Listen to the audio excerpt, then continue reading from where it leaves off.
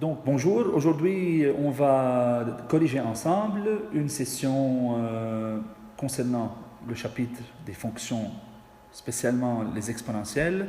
C'est la deuxième session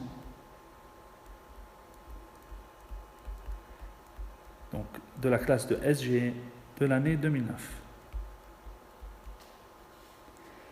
Donc vous pouvez voir la donnée de l'exercice, elle est disponible sur le site et sur l'application. Donc tout d'abord, soit f la fonction définie sur R par f de x égale x2 exponentielle moins 2x. Évidemment, cette fonction est définie sur tout R, comme on vient de dire. Donc la première question, petit a. Il me demande de calculer la limite quand x tend vers plus l'infini de cette fonction. Donc là, c'est facile, elle est égale à 0.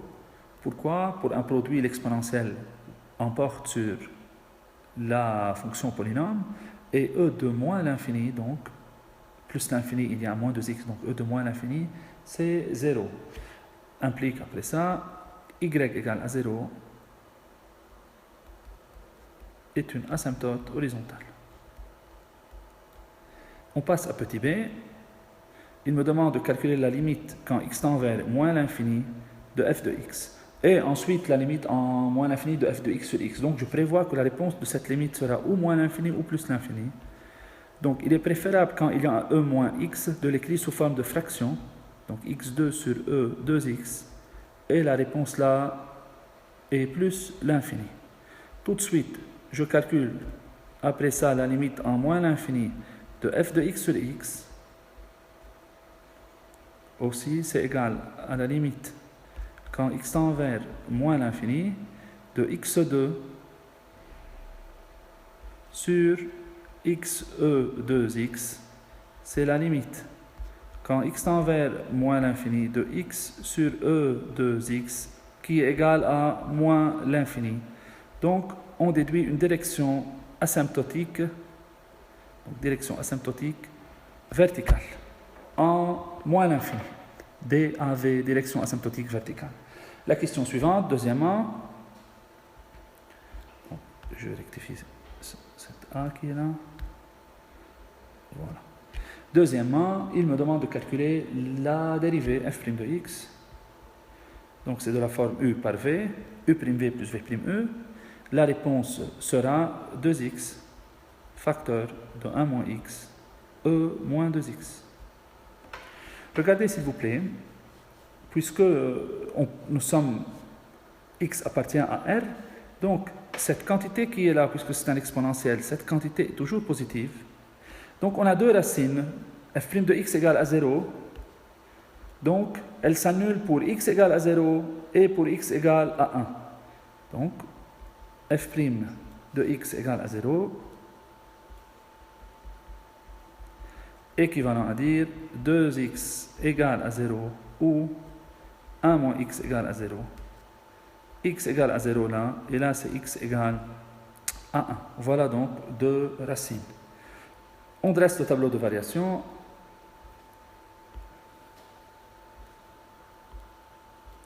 Le tableau de variation, le voilà. Donc x, moins l'infini, plus l'infini, 0 et 1, f' de x, et là c'est f de x. Les signes sont les suivants, plus, moins, plus, pour la dérivée, ça s'annule en 0 et en 1. Et voilà le sens de variation. On a un maximum, un minimum, avec, donc là je peux écrire que f de 0, je remplace, c'est égal à 0, et f de 1, c'est égal à e moins 2. Donc 0, e moins 2. Et en moins l'infini, on a trouvé que c'est plus l'infini. Et en plus l'infini, c'était égal à 0. Voilà. Ça, c'est pour la dérivée, le tableau de variation. Troisième question dans la partie A. Tracer la courbe C. Voilà.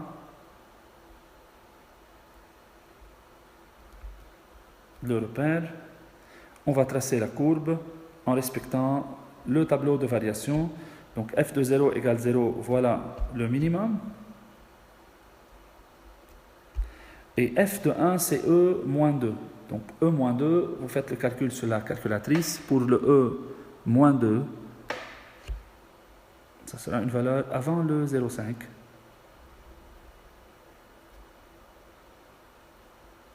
Quelque part là. La courbe, en moins l'infini, c'était une direction asymptotique verticale. Donc voilà, elle décroît vers le minimum, elle croît vers le maximum, et ensuite, elle continue avec l'asymptote horizontale, y égale 0, asymptotiquement. Donc ça, c'est concernant la courbe. Donc, y et x. La question suivante, petit b, déterminer suivant les valeurs du réel m le nombre de solutions de l'équation me2x moins x2 égale à 0. Dans ce genre de questions, vous allez toujours retrouver la fonction. Il n'y a pas d'autre choix. Donc petit b, il me demande me2x moins x2 égale à 0. Donc je vais écrire que c'est me2x égale à x2. Donc m égale à x2 sur e2x. x2 sur e2x n'est autre que notre fonction x2 e moins 2x qui est égale à f de x. Donc maintenant ça revient à faire la résolution de cette équation x2 e moins 2x graphiquement. Donc il suffit de voir graphiquement les solutions.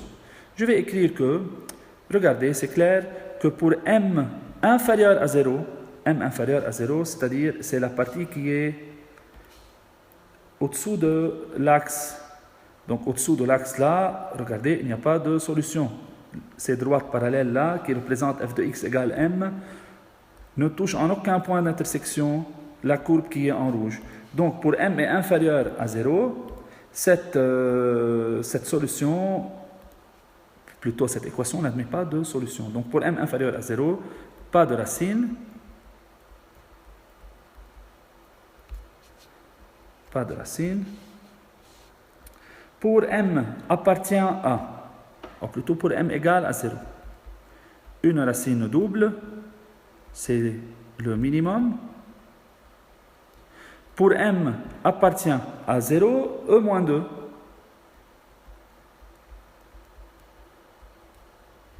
À 0, e moins 2, on a 3 racines.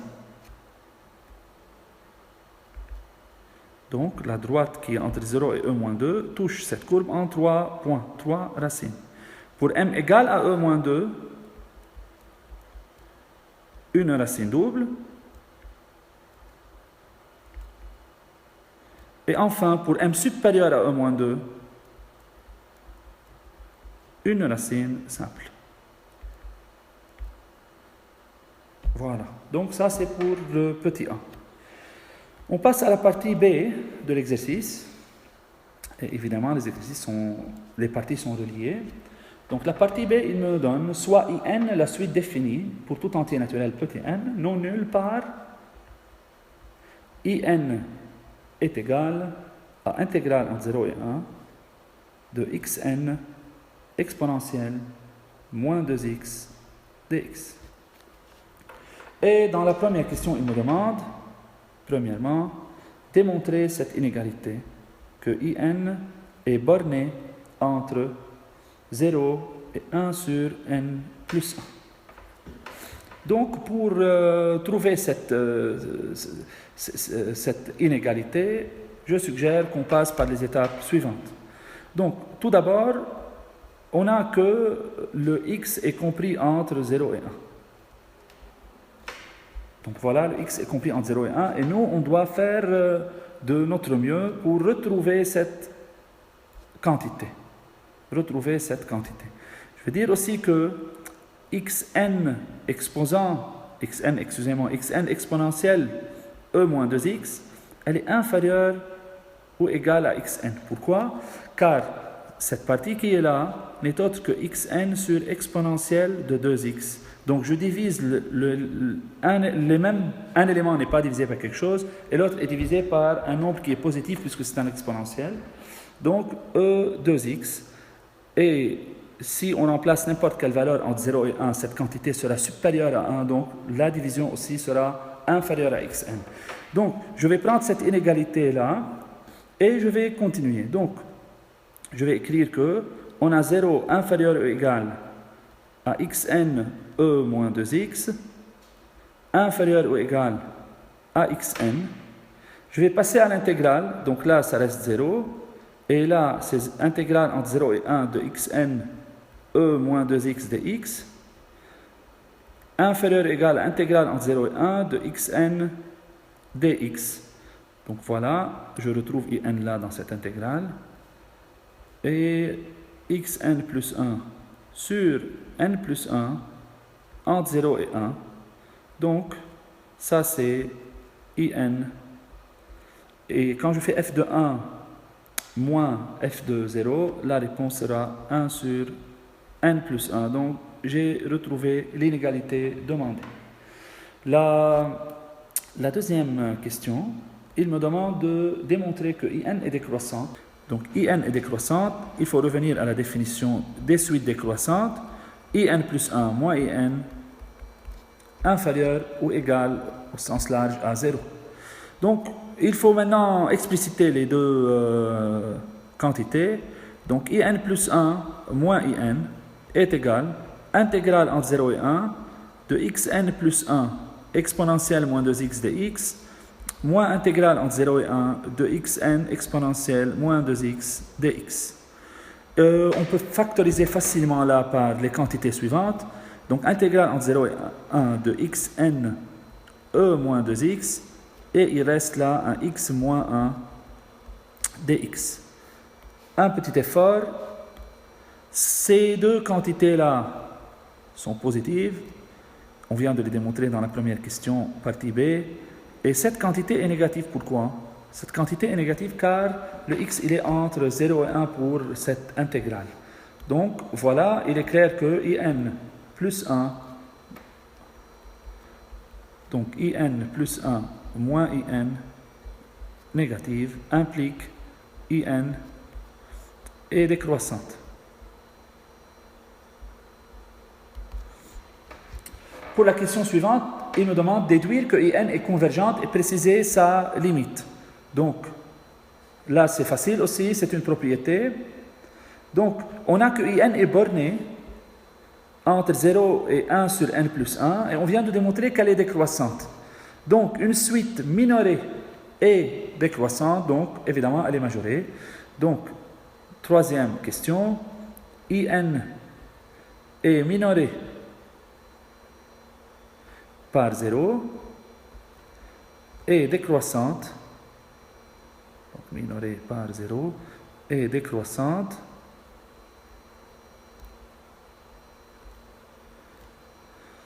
donc elle est convergente.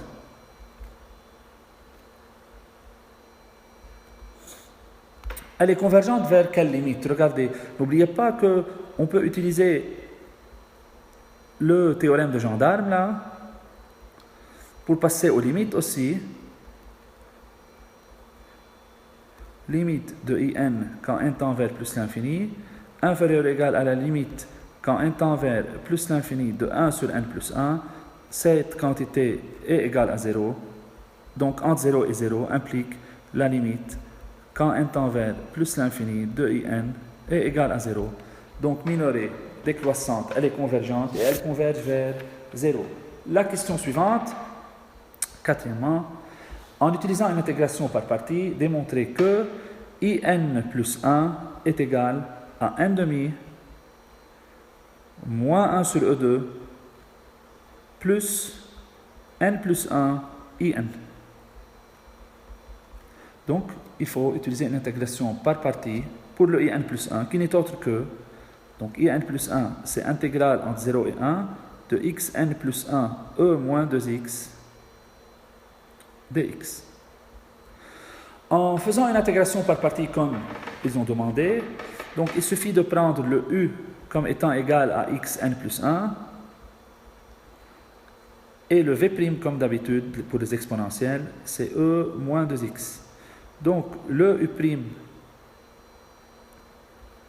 c'est n plus 1 xn, et le v, c'est moins 1 demi e moins 2x. Donc primitive de e moins 2x, de la forme emx, c'est emx sur m. Et on remplace maintenant, donc implique in plus 1 sera égal à u par v, donc moins 1 demi e moins 2x par xn plus 1 entre 0 et 1, et n'oubliez pas que notre variable n'est pas n, c'est x, moins intégrale entre 0 et 1 de u'v. Donc, de n plus 1 xn par moins 1 demi e moins 2x, le tout de x. Pas de problème pour la deuxième même. Regardez s'il vous plaît, le n plus 1 c'est une constante, ça sort, et le moins 1 demi, ça sort, et il reste, regardez cette quantité qui est là, qui n'est autre que in. Donc voilà, je retrouve le in qui est dans l'expression. Donc, implique in plus 1 sera égal, je remplace maintenant chaque terme par sa valeur. Donc, pour le f de 0, c'est nul, car cette quantité-là, c'est 0. Donc, il reste pour le 1. Pour le 1, ça donne moins 1 demi e moins 2 par 1 exposant n plus 1 qui est 1, moins, comme on vient de dire, n plus 1, donc moins 1 demi facteur de n plus 1, et il reste le in qui est dedans, donc moins, là c'est plus, je vais enlever le deuxième moins, voilà, donc, et il reste là in, et maintenant il faut faire une factorisation, donc c'est égal à n demi moins 1 sur E2 plus n plus 1 in. On a démontré la quantité demandée. Donc, il me donne une nouvelle fonction qui est h de x dans cinquième rang. Donc, h de x égale moins 1 quart 2x plus 1 exponentielle moins 2x. Calculez h' de x, puis calculez in. Il y aura une relation, évidemment. Donc, h' de x de la forme u par v, je vous donne tout de suite le résultat. Donc, c'est moins 1 quart de e moins 2x moins 2e moins 2x facteur de 2x plus 1. Donc, en factorisant le 2e moins 2x s'annule, il reste x e moins 2x. Hein? Ça, c'est en relation directe avec le in. Donc, le I1 sera égal à quoi dans ce cas? Il me demande de trouver I1 et non pas IN. Implique le I1 sera égal intégrale entre 0 et 1 de x e moins 2x, qui n'est autre que quoi? Qui n'est autre que h de x entre 0 et 1. Donc, h de 1 moins h de 0. On remplace chaque terme par sa valeur et on trouve 1 moins 3 e moins 2 sur 4. Donc voilà pour I1. La sixième question de la partie B, déduire l'aire du domaine limité par la courbe C, l'axe des abscisses et les deux droites d'équation x égale 0 et x égale à 1. Donc ce n'est autre que aussi l'intégrale entre 0 et 1 de x2 e moins 2x dx, qui n'est autre que I2. Et on vient de voir une relation entre IN plus 1 et IN. Donc I2 est égal à n demi moins 1 sur E moins 2 plus 2I1. Voilà, c'est la relation qu'on vient de trouver dans la question 4, quand on a utilisé une intégration par partie. La réponse c'est 1 moins 5 E moins 2 sur 4, en remplaçant I1 par sa valeur. Et n'oubliez pas le U de unité de calcul d'air. La dernière partie de cet exercice, partie C, il me donne soit g la fonction définie sur 0 plus l'infini maintenant, par g de x égale ln de f de x. Donc je vais écrire g de x, partie C, égale ln de f de x.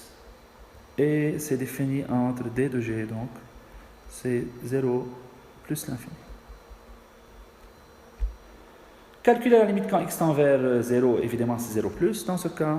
Donc limite, ça c'est premièrement, limite quand x tend vers 0 plus de f de x, de g de x, c'est égal à moins l'infini, implique x égale 0, asymptote verticale. Et c'est égal à moins l'infini, pourquoi? Car la limite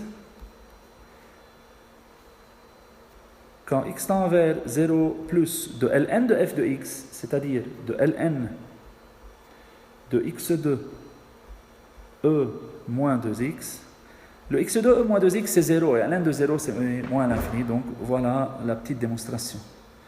Donc x égale 0, asymptote verticale. Deuxièmement, la limite quand x tend vers plus l'infini de g de x, c'est égal à moins l'infini. On a vu la limite en plus l'infini de f de x, et voilà, il suffit de faire le ln. Donc, c'était 0, donc ln de 0, voilà, c'est moins l'infini. Donc, il faut faire maintenant g de x sur x. Voilà, donc possibilité d'avoir une asymptote oblique a égale limite quand x tend vers plus l'infini de g de x sur x. Donc c'est la limite quand x tend vers plus l'infini de moins 2 plus ln de x2 sur x, qui est égal à moins 2, car le x l'emporte en plus l'infini, ou vous faites tout simplement la règle d'Hopital. Donc voilà, après ça, il faut maintenant trouver b. Donc b égale la limite quand x tend vers plus l'infini de g de x plus 2x. Moins ax, voilà, donc c'est plus 2x. Donc c'est la limite quand x tend vers plus l'infini de ln de x2, qui n'est autre que plus l'infini, implique qu'on a une direction asymptotique oblique en plus l'infini d'équation y égale moins 2x. Voilà, c'est une direction asymptotique oblique. Donc il me demande de faire la dérivée et le tableau de variation dans la troisième question. Donc g' de x, c'est de la forme ln de u, donc n'est autre que u' sur u, c'est-à-dire c'est f' de x sur f de x.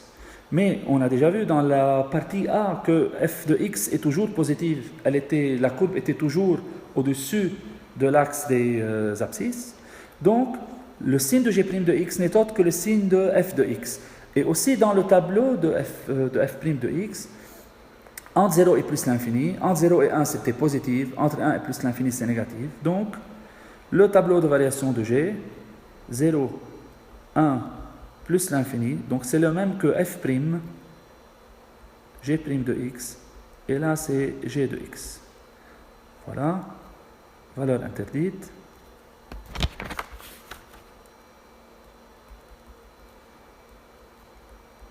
Avec un maximum là, g de 1 c'est égal à moins 2, et là c'est moins l'infini, et là c'est moins l'infini. Donc, on passe au graphe maintenant.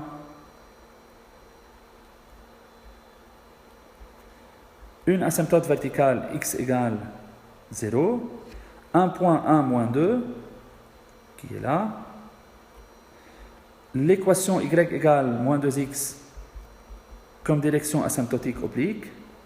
Donc pour x égale 0, y égale 0, et pour x égale à 1, y égale à moins 2. Donc elle passe par ce point-là aussi. Ça, c'est l'asymptote oblique. Voilà. La courbe doit être claire maintenant par rapport à vous.